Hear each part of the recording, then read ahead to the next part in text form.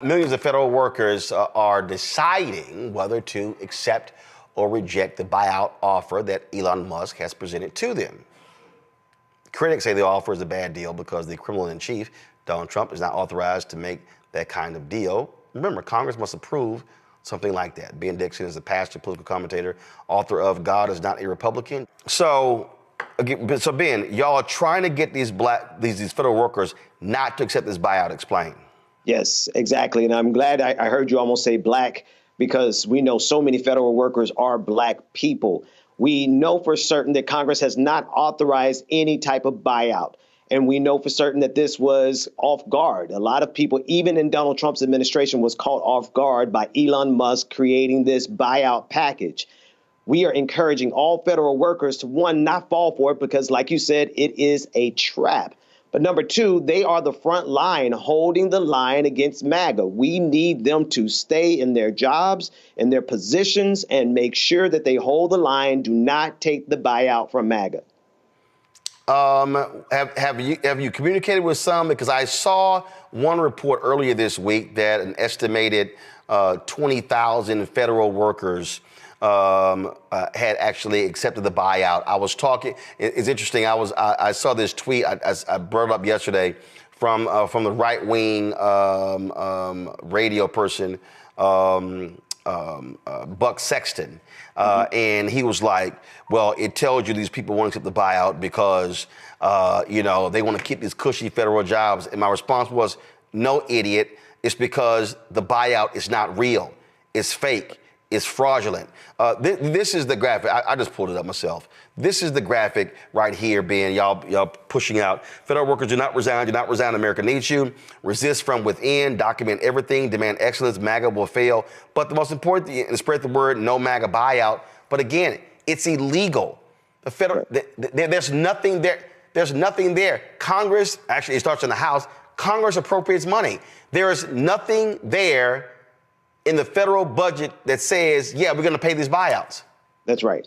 That's right. So it's smoke and mirrors, and it's to create a momentum. They're trying to create a momentum so that federal workers will quit on their own. They understand that they don't have the power. They have to go through the bureaucracy. They have to go through red tape to try to fire any of these individuals. And so they're trying to entice them to quit. But like you said, it's a trap. There's no congressional approval for this. This is Elon Musk talking out the side of his neck, trying to run a fast one on you. Federal workers do not resign. And if you know a federal worker, if you know somebody who knows somebody who knows somebody who's a federal worker, please spread the word. Do not resign.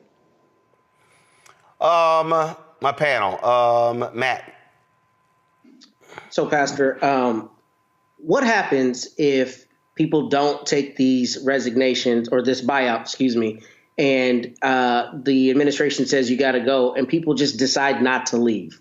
Like, what are their rights, literally, in terms of being in a federal building, removal? What does that process look like? The reason I ask that is my understanding is something like 2% of the federal workforce is considering taking this, which means the other 98% are not, which means there will be mass action, presumably, as it relates to firing. What is your understanding on their rights in terms of removal and that kind of thing if they choose not to take this buyout and their hands are forced? Well, thankfully, many federal workers are unionized, and many of the unions are speaking out right now, letting it be known that they are collectively denying and refusing to even consider this buyout. And so their first line of defense will be their unions, their union attorneys, those individuals who know how to file a wrongful termination suit. That's their next line of defense, to make sure you have your lawyers as much as you can get them, if you have them, to represent you immediately if you're fired. But while you're there, most importantly, we need you to document everything, because we expect a functioning government with MAGA, just like we did underneath Joe Biden. And so federal workers can document the incompetence that we know comes with MAGA. And also, I mean, I've seen some stories, Ben, and if you can speak to this, that where some have speculated that if you take this buyout, it could have implications regarding your federal pension. That's right. No, absolutely right. The part of the buyout, again, this is something crafted by Elon Musk. So you have to think that this is something that comes from the corporate sector. And hold on, before you say, and he's It's literally the exact same language. He took it from what he did at Twitter. So they just copy and paste it. Right. He copied and pasted the fork in the road email headline. Right. And so this is him letting everyone know that it is Elon Musk. He is trying to show how big his ego is and how much power he has. He did not consult with any of the department heads, any of the cabinet members. He made this move. It was disruptive even to MAGA, if you can, imagine that. He superseded the disruption of MAGA. And to what end? To lie to people, to try to entice you to quit. That's how they win. Workers, federal workers, please, for the love of everything, hold the line, do not resign. Zachary. One thing that I think is my question, right, as someone who does content creation, how can we get the word out on a broader scale to ensure that the federal workers know that, one, this probably is a violation of the Anti-Deficiency Act, and that the max you can get anyway from the government would be $25,000. So this would exceed that for many of these employees. How do we get the word out so that they know to stay and just toe the line?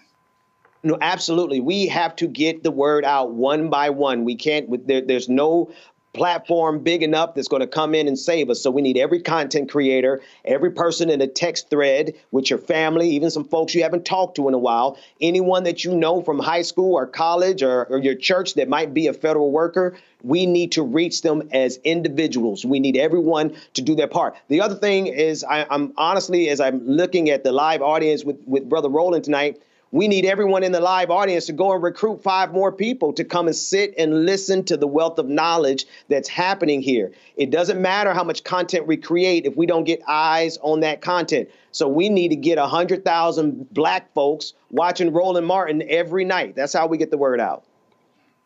Michael. Pastor Ben Dixon, can you talk about exactly what a civil service employee is and how that differs from an appointee? Yes. And how does this play into this whole buyout? How does this play into Schedule F employees, which is part of Project 2025, and eliminating about 50,000 at least employees and replacing them with Trump loyalists? Absolutely. Thank you so much for that very important question, because civil employees, civil workers are actually advanced based on merit, test taking, qualifying, expertise, they go through the mill. Any federal worker will tell you they worked and gave their life, everything they could to get to the position that they are in, versus MAGA, a bunch of incompetent, cave-dwelling troglodytes who don't believe in science, who don't believe in truth. They don't believe in anything but servitude to Donald Trump. We guarantee, we know without a shadow of a doubt, if these federal workers resign, they will be replaced by people who are incompetent, incapable, and ideologues. All right, thank you. Matt. One more question, Pastor Ben. So my understanding is under President Clinton, there was some version of federal workers being asked to leave. I don't know all the contours of that, but if you would please let us know, is there any precedent for this? And if so, how was it done legally there, so we can contrast to what we're seeing, the illegal, actions going on now? Not at this scale and not in this magnitude in terms of who's doing it. Elon Musk, the request goes against most of the policy, which requires a 30-day notice in any case with federal workers. That's the baseline, not to mention whatever the unions have. On top of that, there are layers to this being done. However, if they could just get everyone to quit, then they don't have to go through those layers. And so how would it absolutely look? Actually, one second. I actually have the answer here. So a fact check was done on this here. And go to my iPad. Did Clinton set the precedent for mass federal workers? Trump fans say his plan for federal worker buyouts is not new. In the early 1990s, Bill Clinton signed. See, I want y'all to hear this. This is the operative phrase. Bill Clinton signed an act allowing $25,000 buyouts for federal workers. That was passed by Congress. And that's right here. Under Clinton, the government offered mass buyouts. But there's a key difference with what's happening under Donald Trump. A bipartisan Congress overwhelmingly approved Clinton's program following months of review. That's the difference. There it is. That's the difference, because this is being headed up by Elon Musk. He has taken his prerogative, he's taken his ego, his pride, and his platform, and has decided that this is what the United States of America is going to do, as opposed to Congress passing legislation. All right, then. Again, folks, we want you to is the graphic on all your pages, and I'll put on my Instagram page. Yes, it's across all of social media at this point. We need just everyone to get this image, send it to people in real life that you know, call, text them. Federal workers do not resign. Absolutely, because again, if you voluntarily take the buyout, you're also putting in jeopardy your legal status. So and I'm sure Matt, being a lawyer, will tell anybody, you want to protect every legal opportunity that you have. You don't want to take that buyout. Don't even get near it. And I need people to understand. I know Christopher Wray and these other people, they resign. Y'all, I'm just going to tell y'all this here. When I worked at a radio station, KRLD in Dallas, Jack Hines was a news director, and so Jack wanted me to resign. Hell no, I ain't resigning. So somebody came to me and said, Roland, I don't understand. I mean, they're trying to force you out. I said, you never quit because you can't file for unemployment insurance. That's right. I said, you let them fire you. Y'all, getting fired today ain't the same as it was 30, 40 years ago. I don't give a damn. Let them fire you. That's right. Then you have a better legal standing. Then the unions can file lawsuits on your behalf. What you don't do, you don't voluntarily quit. That's right. You don't do it. Thank you so much. All right, Ben, I appreciate it. Thanks a lot. Thank you, man. Thank you. Hello, I'm Isaac Hayes III, founder and CEO of Fanbase. And right now we're accepting investors in our $17 million round to revolutionize the future of social media. Today, for just $399, you can own 60 shares of stock in Fanbase at $6.65 a share. Go to startengine.com/fanbase and invest today. While the big platforms have grown too massive and disconnected from their users, Fanbase is building a platform where creators and users truly come first. We've already raised $4.8 million from everyday investors who believe in this vision, and now you can join them.